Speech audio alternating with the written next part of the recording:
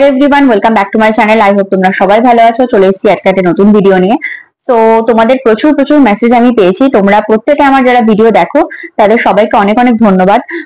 আমি জানি আমার মতোও তোমরা অনেক অ্যাসপিরেন্ট আছো যারা পরীক্ষার জন্য ওয়েট করে আছো, WBCS এর মতো পরীক্ষার জন্য, এবং এই জন্যই আমি প্রতিদিন ভিডিওর মাধ্যমে তোমাদেরকে আপডেট দেওয়ার চেষ্টা করি।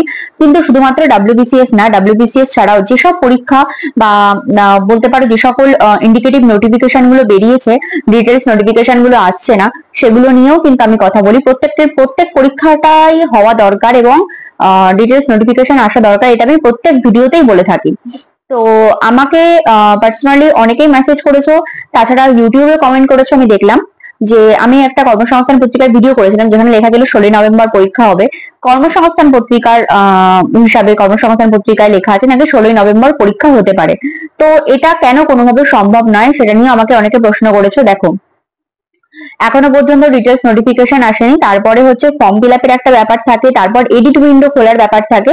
তো এই কথাগুলো মানে আমি যেগুলো ভিডিওর মাধ্যমে বলি, সবাইকে পার্সোনালি মেসেজ করে বলাটা সম্ভব হয় না, কারণ যেহেতু অনেকটা বড় হয়ে যাবে তাহলে কমেন্ট লেখা, এবং অতটা সময়ও থাকে না। এই জন্য আমি ভিডিওর মাধ্যমে তোমাদের যেসব প্রশ্নগুলো থাকে সেগুলো উত্তর দেওয়ার চেষ্টা করি, যে এটা সম্ভব নয়। ঠিক আছে, আচ্ছা, অনেকে আমাকে বলেছে যে খবর পেয়েছে অন্যান্য ইউটিউব চ্যানেল থেকে যে না হয় পরীক্ষা হয়তো ডিসেম্বরে হতে পারে। দেখো, ডিসেম্বরে যদি পরীক্ষা হয়, আমিও খুব ভাবে চাইছি যে পরীক্ষাটা অন্তত হোক। যদি পরীক্ষা হয় তো সবার মতো আমিও অনেক বেশি খুশি হব। পরীক্ষা হচ্ছে না বলেই এতগুলো ভিডিও করা, হচ্ছে না বলেই মানুষ ডেপুটেশন দিচ্ছে হচ্ছে যে পরীক্ষাটা নাও আমাদের, এবং পরীক্ষার স্বচ্ছতাটা ভালোভাবে হোক। প্রত্যেকটা পরীক্ষার্থীর এটাই মানে চাওয়া যে তারা যে পরিমাণ কষ্ট বা হার্ডওয়ার্ক করছে, তারা যে পরিমাণ পরিশ্রম করে একটা জায়গায় পৌঁছানোর চেষ্টা করছে, তার মধ্যেও যদি ভেজাল ঢুকে থাকে তাহলে সত্যি খুব কষ্টকর।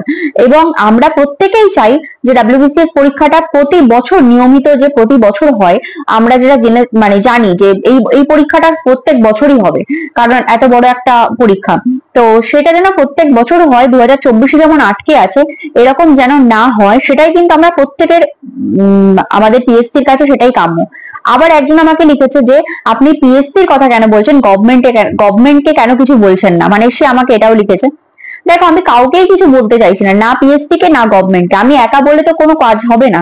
আমি এতগুলো ভিডিও করে হয়তো তোমাদের মনে অনেক রাগ আছে, আমি জানি, কমেন্ট বক্সে আমি দেখতে পাই প্রত্যেকের অনেক রাগ আছে, কিন্তু আলটিমেটলি কিন্তু দেখো, রাগ করে দুঃখ করে ঝগড়া করে আমরা কিন্তু সেই একই জায়গায় দাঁড়িয়ে আছি, আমরা কিন্তু একটু এগোতে পারিনি।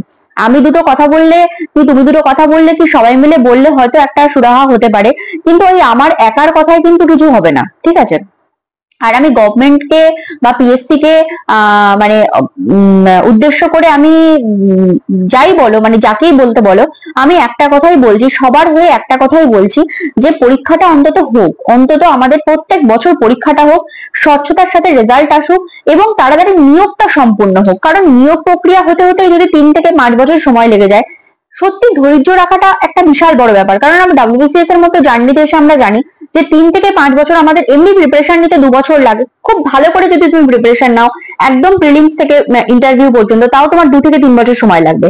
তারপরে এরকম হতেই পারে যে তুমি প্রিলিমস থেকে কামব্যাক করলে কি মেন্স থেকে কামব্যাক করলে কি ইন্টারভিউ নাও হতে পারে, ইন্টারভিউ থেকে ফিরে আসতে পারে, তো তোমাকে আবার তো সেই প্রিলিমস এসেই পৌঁছতে হচ্ছে।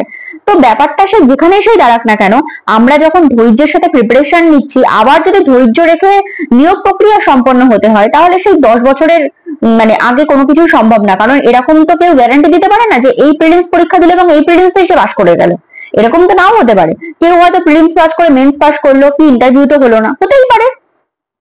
তো সেই জায়গা থেকে দাঁড়িয়ে, এবং UPSC তে যেরকম হয় প্রত্যেক বছর একটা সুন্দর ক্যালেন্ডার থাকে, আমাদের দাবি ছিল, আমি প্রত্যেকবার অনেকবার ভিডিওতে বলেছি যে PSCর উচিত অন্তত একটা করে ক্যালেন্ডার পাবলিশ করা পার ইয়ার।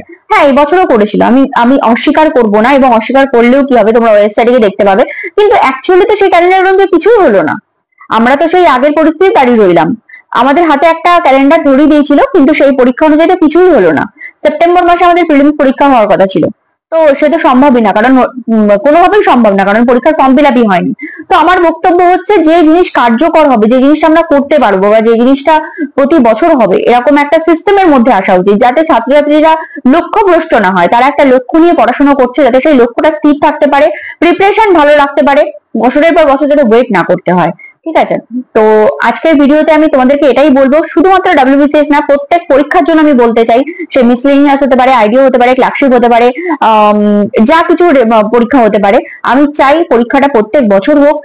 এবং আমি এই ভিডিওটা আমি আবারও বলছি, আমি ভিডিওগুলো করতে থাকবো যতক্ষণ না প্রত্যেক নোটিফিকেশন বা কোনো কিছুর আপডেট তোমাদের কাছে আমি দিতে পারছি। অবশ্যই আমি তোমাদেরকে জানাতে থাকবো, কিন্তু তোমরা মনে রাখো WBCS শুধু না, প্রত্যেকটা রাজ্যের প্রত্যেকটা স্তরের কিন্তু পরীক্ষাটা প্রতি বছর হওয়া উচিত, সময় অনুসারে হওয়া উচিত। এবং তোমরা পড়াশোনাটাকে ধারাবাহিকভাবে চালাতে থাকো, কারণ আজ না হয় কাল কিন্তু সত্যি পরীক্ষাটা হবে। সে 2025-এর লাস্টেও হতে পারে, কি 2026-এ হতে পারে, সে যবেই হোক পরীক্ষা তো হচ্ছে। অন্তত আমাদের এই ফাঁদে পা দিলে চলবে না, যে পরীক্ষা দেওয়ার পরে যাতে আমরা আবার কাম ব্যাক করে আসি। ঠিক আছে, so thank you so much, দেখা হচ্ছে নেক্সট ভিডিওতে।